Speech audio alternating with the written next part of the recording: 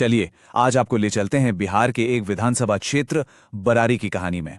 ये सिर्फ एक सीट का विश्लेषण नहीं है, ये एक आईना है जिसमें ये साफ दिखता है कि आज के भारत में चुनाव असल में कैसे जीते और हारे जाते हैं। बरारी की कहानी कोसी और गंगा नदियों के बना अधूरी है। ये नदियां यहाँ की जमीन को सोना तो बनाती हैं, लेकिन हर साल अपने साथ लाती हैं विनाशकारी बाढ़। ये बाढ़ घर, खेत, सपने सब कुछ बहा ले जाती हैं।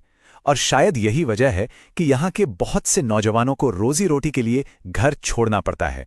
तो बरारी के लोगों की जिंदगी एक तरह से हर रोज प्रकृति से एक जंग है।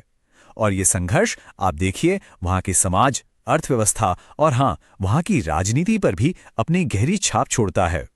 जरा सोचिए, एक ऐसी जगह जहां 10 में से 9 से ज्यादा लोग गांव में रहते हैं, खेती ही उनकी जिंदगी का आधार है और हर साल बाढ़ का खतरा जो युवाओं को घर से दूर शहरों की तरफ पलायन करने पर मजबूर कर देता है। यही है बरारी की जमीनी हकीकत। अब आते हैं असल चुनावी कहानी पर। 2025 का विधानसभा चुनाव एक ऐसा मुकाबला जो इतना करीबी था कि नतीजा कुछ हजार वोटों के फेर में अटक गया। ये एक सियासी पहेली थी और अब हम इसके टुकड़ों को जोड़ने जा रहे हैं। उस चुनाव में जो सत्ताधारी जेडीयू पार्टी थी वो जीती, पर कितने वोटों से? सिर्फ 10,984। जी हां, बस इतने से मार्जिन से। और यहीं से ये पूरा मामला दिलचस्प हो जाता है, क्योंकि इसी चुनाव में एक और पार्टी थी, AIMIM, जिसे मिले 5,846 वोट। अब ये आंकड़ा आपको शायद छोटा लगे, लेकिन इतने करीबी मुकाबले में एक एक वोट की कीमत होती है और इन वोटों ने नतीजों पर सीधा असर डाला। तो सवाल ये उठता है कि जब हार जीत का अंतर इतना कम हो तो आखिर फैसला होता कैसे है? कौन सी वो चीजें हैं जो पड़ला इधर या उधर झुका देती हैं? आइए इसी की पड़ताल करते हैं। चलिए 2025 के इस चुनावी नतीजे की परतें खोलते हैं, समझने की कोशिश करते हैं कि वो कौन सी रणनीतियां और कौन से सामाजिक समीकरण थे जिन्होंने इस जीत की कहानी लिखी। इस चुनाव को समझने के लिए सबसे पहली और जरूरी बात है भौगोलिक ध्रुवीकरण। ये सुनने में थोड़ा भारी शब्द लगता है, पर इसका मतलब सीधा सा है। ये पूरा इलाका दो बिल्कुल अलग अलग राजनीतिक खेमों में बटा हुआ था। इसे ऐसे समझिए जैसे बरारी में एक नहीं, दो दुनिया बसती हैं। एक तरफ है बरारी ब्लॉक, जहां करीब 47% अल्पसंख्यक आबादी है और ये कांग्रेस का एक मजबूत गढ़ माना जाता है। वहीं दूसरी तरफ हैं समेली और कुर्सेला ब्लॉक, जहां 91% से ज्यादा हिंदू आबादी है। ये जेडीयू का अभेद्य किला है। अब बात करते हैं विपक्ष की। उनके उम्मीदवार तौकीर आलम के सामने अपनी ही एक बड़ी चुनौती थी। उन पर 3 क्रिमिनल केस चल रहे थे, जिनमें से एक हत्या के प्रयास जैसा संगीन मामला था। जाहिर है इन आरोपों ने उन वोटर्स को उनसे दूर कर दिया जो कानून व्यवस्था को लेकर फिक्रमंद थे। इसका जवाब सत्ताधारी पार्टी ने एक बहुत ही सटीक रणनीति से दिया।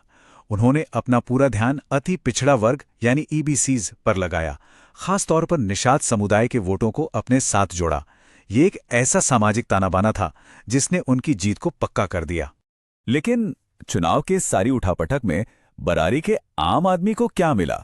चलिए अब उस हकीकत पर भी नजर डालते हैं जो अक्सर चुनावी शोर में दब जाती है। ये चार्ट देखिए, ये अपने आप में एक पूरी कहानी कहता है। 2020 से 2025 के बीच बरारी के विधायक ने विधानसभा में सिर्फ 60 सवाल पूछे, जबकि पूरे बिहार का औसत 91 सवालों का था। ये आंकड़े उनके काम पर एक बड़ा सवालिया निशान लगाते हैं। और जानते हैं, इसी एक आंकड़े ने विपक्ष को उनका सबसे बड़ा चुनावी नारा दे दिया, 60 सवाल बरारी बेहाल। यह दिखाता है कि कैसे गवर्नेंस का डेटा एक बड़ा राजनीतिक मुद्दा बन सकता है। और जब सियासत अपनी जिम्मेदारी से मुंह मोड़ लेती है तो उसकी कीमत कौन चुकाता है? आम लोग, खासकर महिलाएं और बच्चे। कटिहार के आंकड़े देखिए, ये एक भयानक स्वास्थ्य संकट की तरफ इशारा कर रहे हैं।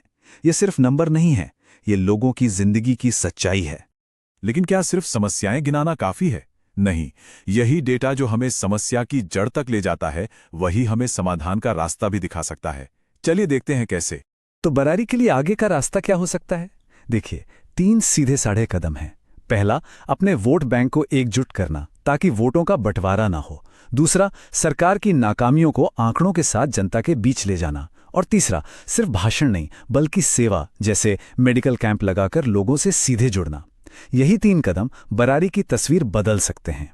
और आखिर में एक सवाल, जब आंकड़े चीख चीख कर बता रहे हों कि चुनावी नतीजों और जनता की भलाई के बीच एक बहुत बड़ी खाई है, तो इस खाई को भरने की, इस बदलाव की मांग करने की जिम्मेदारी असल में है किसकी? नेताओं की, जनता की, या फिर हम सबकी?